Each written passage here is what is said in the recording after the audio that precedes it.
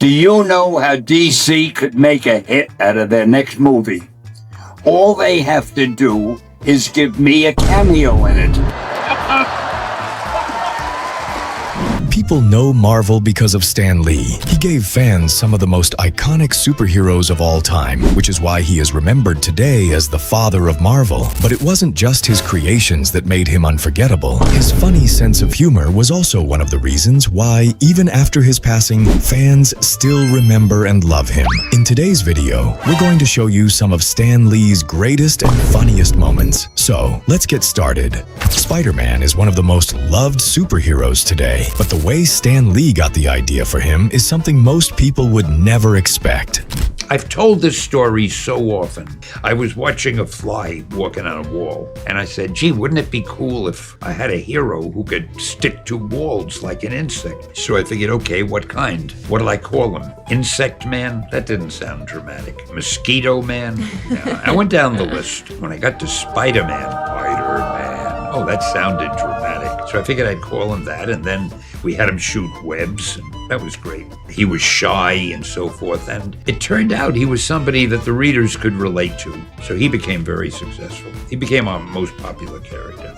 Stan Lee wrote some of his most famous stories on one typewriter, but during an argument with his wife, what she did to his favorite typewriter was absolutely brutal. One day I was having an argument with my wife, who has a hot temper, and she got angry, took the typewriter and smashed it on the floor. She said, that'll show you, or some ridiculous thing.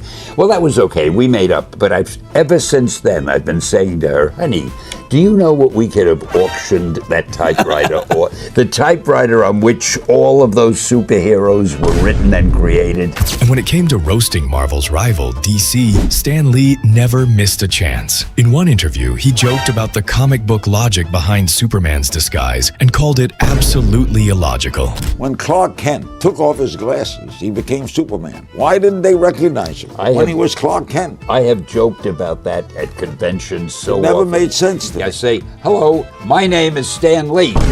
Oh, where did Stan go? Who's this fella now? That's I know, crazy. it's ridiculous. And he couldn't even resist exposing one of Marvel's sneakiest tricks. How can Marvel get as much money as possible? They know if anybody goes to the movie and doesn't see my cameo, they'll figure, ooh, I must have blinked my eye, or maybe I was reaching down for the popcorn and I missed it. So what do? They run to the box office and buy another ticket, because nobody wants to miss my cameo. When Stan Lee was asked how it felt to have some of Hollywood's biggest stars call him their hero, his joyful response made the moment truly unforgettable. Now, after creating all these heroes, is it kind of gratifying to hear these big Hollywood players tell you that you're their hero? Oh, I love it. I love it. I never in a million years could have thought it would happen. But when all of these big stars start thanking me, and I'm very gracious, I say, you're welcome. Now watch this hilarious moment when a reporter asks him what inspires him to keep creating. His funny answer makes the reporter burst out laughing. You keep continuing to create and put more things out into the world. What inspires you these days? What makes you excited about things? Greed. Admired your talent in creating comics. I mean, you created Spider-Man. I practically lived my early childhood with Spider-Man. I didn't even stop getting one single thing that involved Spider-Man. It was just this. If I saw a toy, it was only this. Spider-Man, Spider-Man, Spider-Man. And I have one question. When I get a cat, can I name it after you? Well, only if I get paid some sort of a commission.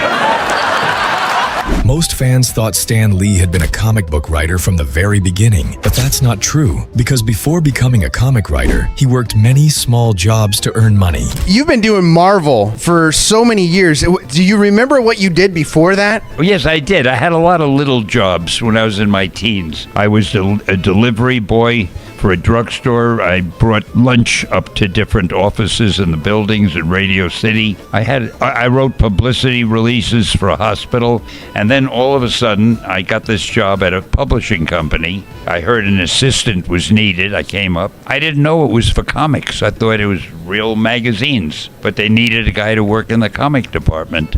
So I figured, okay, it pays a salary. And besides these jobs, during high school, he also used to write obituaries for famous people who were still alive. Oh, I had other jobs before that. I mean, don't think I only worked in comics. When I was in high school, I freelanced and I wrote obituaries for people who were still alive. And that's a really good use of your time, Stan. You know, when a celebrity dies, about 15 minutes later, the newspaper comes out and there are 3 pages of write-ups about him, and you wonder, how did they write it that fast? It's all there in advance. Exactly. And that's how you know you're famous. I would love to think somewhere, my obituary, is in a file somewhere. Then I'd know I made it. Now watch this hilarious interaction between Chadwick Boseman and Stan Lee that had the entire audience laughing. Are these our cue cards? I think that's somebody else's. Oh, yeah. I couldn't read them anyway. I got news for you. Dustin I'm half Hoffman. deaf, half blind, so forgive whatever I say. I think there's an audience there. I think I hear something, but Chad is going to be my crutch. No. So be kind to him. No, I need the guy. In the film Captain America Civil War, I got to introduce the character of Black Panther and become part of the greater Marvel universe.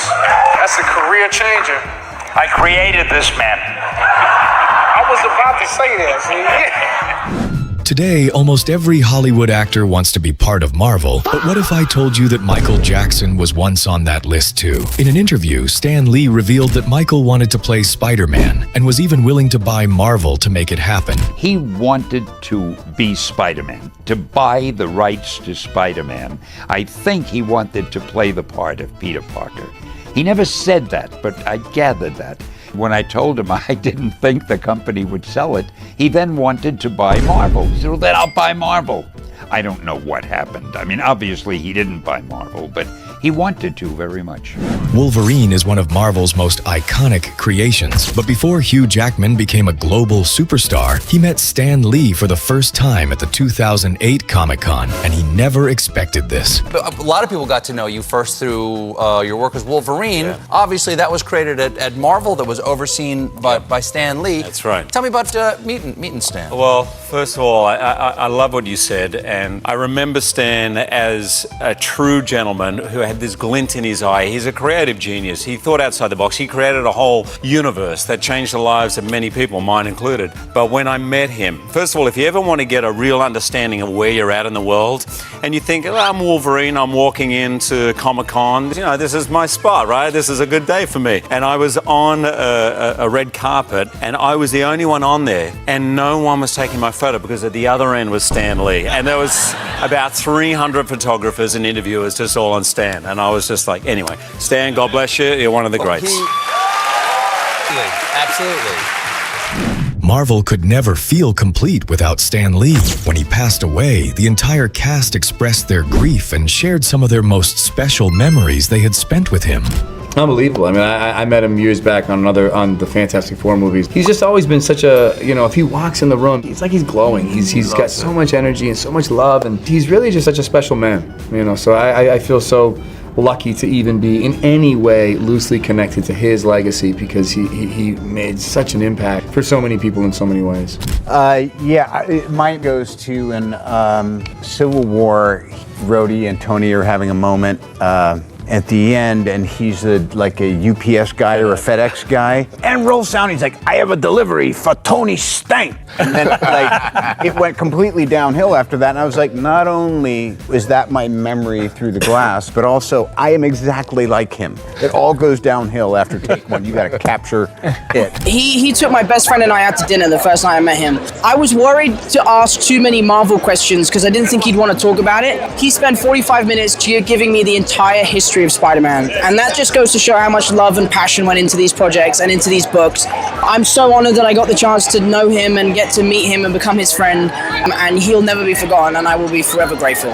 So, which Stan Lee moment did you like the most? Let me know in the comments. And don't forget to subscribe to the channel because a lot of hard work went into making this video. Thank you for watching.